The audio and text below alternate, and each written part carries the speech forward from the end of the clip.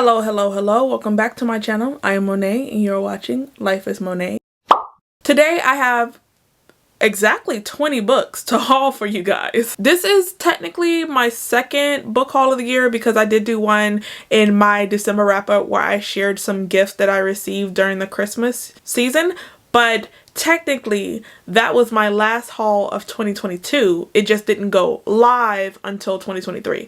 So officially, if you followed my math, this is my first official haul of 2023 itself. First up, we have The Bandit Queens. This book's plot sounds very similar to Finley Donovan. 5 years ago, Gita lost her husband, as in she actually lost him. He walked out and she has absolutely no idea where he is. But in her remote village of India, people have started telling these rumors that she got rid of him by while she can't seem to get rid of this rumor, it actually kind of works out for her because she is left alone to her own devices. She doesn't have to answer to anyone. No one bothers her. And so she's actually kind of okay with it until other women in this village that want to get rid of their husband start to come to Gita asking for her help. As Gita tries to reconcile what she's going to do with all these requests from women to help them get rid of their not so wanted husbands in a not so kind way, what happens next set off a chain of events that will change not only Gita's life but all of the women in this Indian village. The next book is a book that I started reading before I grabbed it.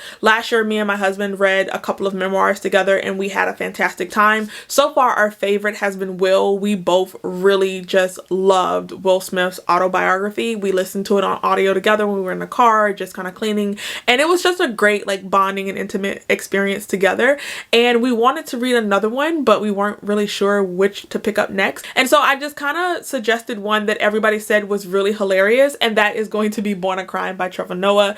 I actually don't watch him on TV at all. I know his name. I've seen a couple of clips, but I don't know anything about him. I just knew that he was a comedian on a TV show. That is literally it. But he was actually born in South Africa during the apartheid. He is half black, half white, so he was born a crime because it was illegal for his mother and his father to have made it to create him. And I have to say that this book so far really is as humorous as everyone promised it to be, but it's also so knowledgeable and so educating in a welcoming and just understanding way. I think that when you have the ability to translate policy into culture in a way that everyone can dissect and understand, you really have a true gift. He is talking policy and then he will show how it impacted his life in particular in a way that everybody can really understand. And so this is a book that I haven't really finished. Me and my husband really are loving it, and I feel comfortable recommending it so far. The next book is also a book that is centered around an Indian family, and that is going to be A Place for Us. I grabbed this from my half-price books because I thought the cover was absolutely beautiful. We're following this estranged family that are coming back together after years of being apart for a wedding, and we're dissecting all of the things that drew them together and formed these familiar bonds with one another and all the things that tore them apart. I know that the children in this family went to America and now they're returning with their children, and there's going to be a cross connection between their home country as well as the things that have changed about them since they've been so far away from home for so long. This is set to be a deeply moving story about love, identity, and belonging. The next book is possibly a 5-star prediction. I'm very excited because I have seen this book everywhere and the way that it describes just seems so interesting. It's a book about a book, but it's also like a mystery thriller, which I love. It's a perfect combination, and that is going to be the plot. This is centered around this professor by the name of Jacob. Jake was once a promising young novelist with a very reputable first book, but then something changes in his life and he's on a downward trajectory. He can't seem to write anything or get a bestseller published, and he's teaching kind of like at this third-rate school, a master's of fine art. One of his students in his program says to Jacob that he basically doesn't need his help with his plot because the book that his student is writing is a short and positive thing. And Jacob kind of passes this off immediately as just this narcissistic and boastful comment by his student, but then Jacob actually reads the plot and discovers that it is as phenomenal as the student said that it was. Some time passes while Jake's anticipating the release of this novel by his student, but it never comes out. When he does more research, he finds out that the student actually passed away and this brilliant book was never published. And so Jake steals the book and publishes it himself. He's enjoying all the success and fame and respect of a story that his student actually wrote.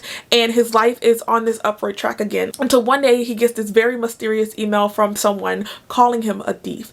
And he starts to do more details into his student's life. And the more that he discovers about the student, the more that he realizes that the book that he stole from his student might have actually been stolen from someone else. The next book is a historical romance, and that is going to be the Book of Everlasting Things. This book is set in India, and we're following two characters that meet as children, and they instantly have a deep connection and attraction to one another, and they know that they're just made for each other. Years later, as they're planning their future, they find out that the British is finally leaving India and the country is to be split into two, and they're trying to grapple with what all of those things mean.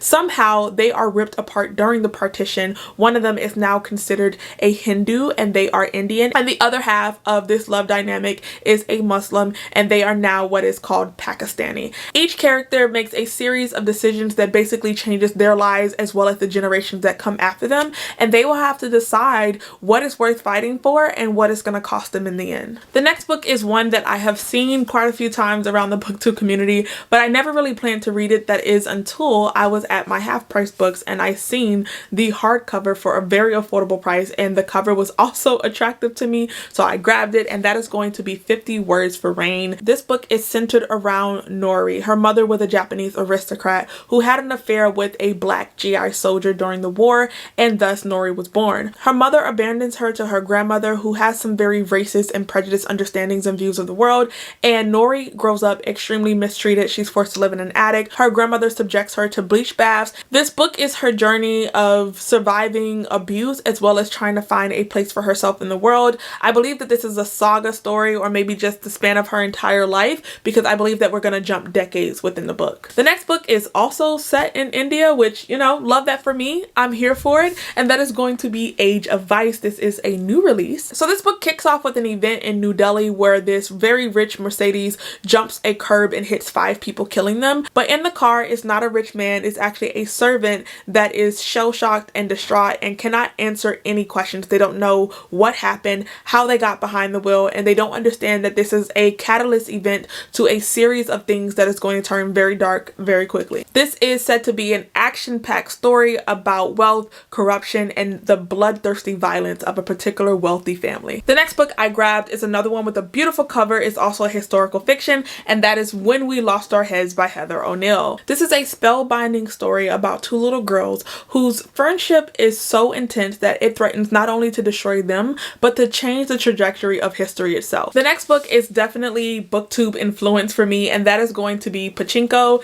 This book is highly raved about. Everybody loves it. It's another family saga that just seems to be kind of my jam these days. I don't read them all the time, but every now and again I get in this mood where I want to spend the decades of someone's life or a family's life, and this was definitely that season for me. We are following a Korean family over generations, but I believe we start with them moving to Japan, where they experience a lot of hardships and discriminations and just catastrophes here and there, but they also experience love and joy and triumph. And I've heard that there's just so many emotions to be had within the story, of happiness and sadness, of shame and of proudness, and I'm very looking forward to an emotional read because I could use it right now. The next book is one that made me really nervous, but it is so short that I'm willing to give it a try, and that is a new release called Night Wherever We Go. This is a historical fiction that's set on this plantation in Texas. This plantation has experienced a lot of financial hardships, and so the plantation owners have decided to impregnate 6 of their female slaves so that they can breed new stock for them. But these women have their own plan and acts of defiance, and they're going to have to stick together and rely on one another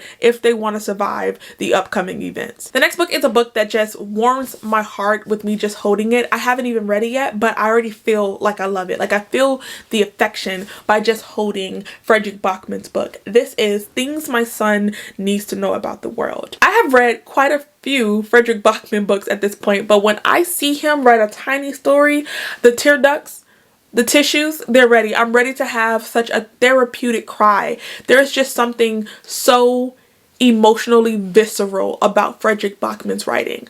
But when he only has 100 or so pages to get the story done, I have seen him make me cry in 40 pages. 43 pages, I was in tears. When he only has 100 pages to tell a story, my man gets the job done.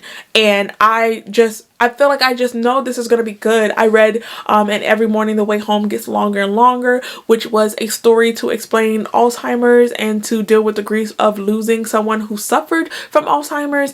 And I read A Man Called Ove, and that was just so heartfelt and warming. And the movie, me and my husband, we were in tears watching it. We are also kind of looking forward to the American version because it has Tom Hanks, so we'll see. But the classic, the original, highly recommend. This is a story that Frederick has dedicated to his son, and I'm just so excited because when he has such a deep connection to the source material, he's the source material. It's him, and then it becomes me, and then we're all just in a puddle and we're in a mess. Next up is a book that was just really popular on BookTube last year. I seen it when it came out, but I was not really sure if I wanted to read it. I put it back on the shelves because I wanted to see if it was worth the read or not. And you know, the streets are talking. I hear them. They say that it's safe to wade into the waters, and I'll be doing that with Notes on an Execution. This book is centered around a serial killer during the last 12 hours of his life after he's sentenced to die. But we're not getting his perspective. We're following the different women that have interacted with him in some way and he has impacted their life. I think one of the POVs is his mother. The second POV is a detective. There's another POV that I think is the victim or a victim of his sister. And so I just find that to be so interesting. I love when stories do this, right? Because I read Booth last year, and instead of following the assassination of Abraham Lincoln from the person that's going to do it, we saw the event happening in the background, but we followed his family and we got to know them. And I enjoy introspectively looking at something without being in the shoes of where you think we're supposed to be. And so I also like just taking back the power of storytelling, because there are so many incidents that I understand why people want to dissect it and remember it and reminisce on it so that we could learn from it, even though we really never do. I feel like there's always this kind of like hype or buildup of glory around a negative connotation around something that doesn't deserve being glorified. They don't get their 15 minutes of fame, and I am totally here for that alone, but also I've just heard really great things about this book. The next book, I'm gonna be honest, I have no clue what it's about. Chanel told me that it was gonna be a 5-star read for me, and we have been friends long enough. She has recommended me enough bangers for me to just trust her off the ripple, and so I purchased Exit West. I've seen it around. Like, I've seen the cover, but I've never seen it reviewed or talked about. It is fairly short, but Chanel said that this book was just made for me, and what can I say?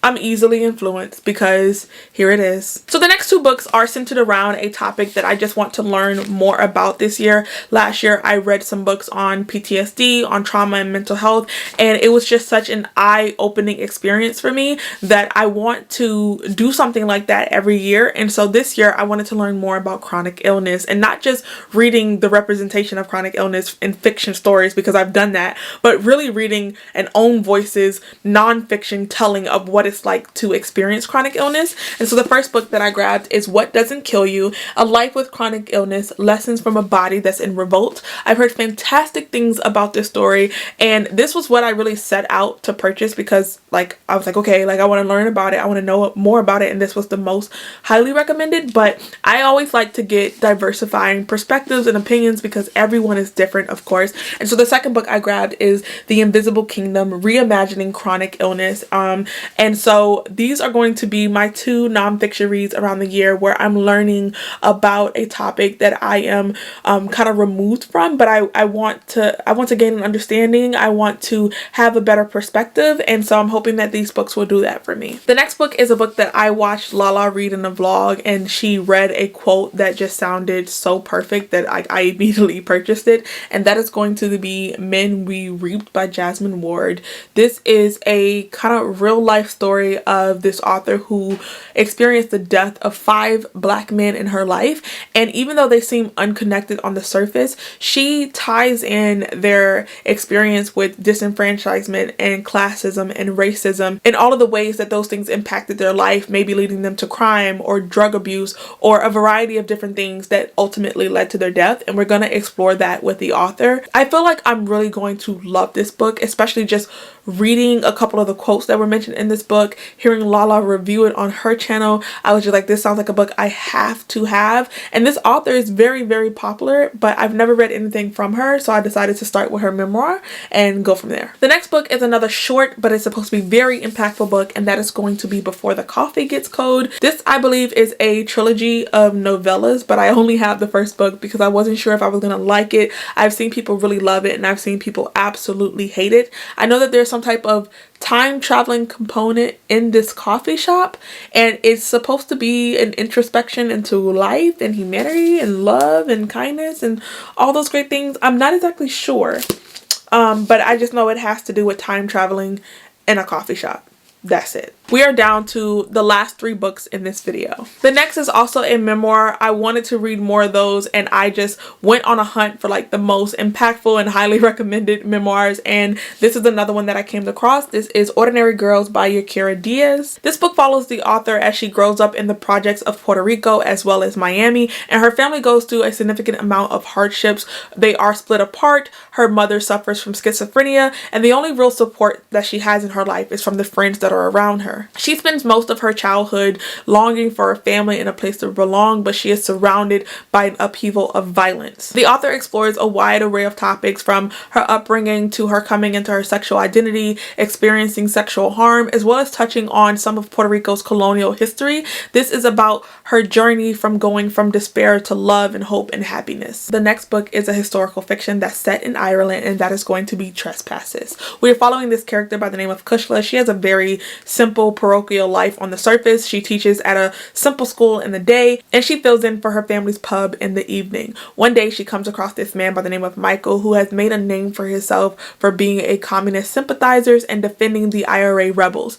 And she is drawn in by him, even though he's older, more experienced, he's married, and he has some negative connotations around him. She just can't help the attraction that she feels to him, until one day the father of one of her students is savagely beaten, and that sets off a chain of events that threatens to upend Kushla's entire life. The last book that I recently purchased is The Daughters of Ishtahar. There's just something about this cover that I absolutely love. This is the first book in a new duology inspired by modern Egyptian history. The story is centered around 2 women, one of which is Nahal. She is a spoiled aristocrat that is used to getting any and everything she wants. And then we have Georgina, who is a poor bookkeeper that is used to having really nothing that she wants. These 2 women will find out that they have more in common than they think, particularly their experiences fighting for women's rights within their country and their ability to do it with forbidden elemental magic. Those are all of the books that I recently grabbed for my first book haul of 2023. Please anticipate some reviews coming, maybe even some personalized vlogs for those, because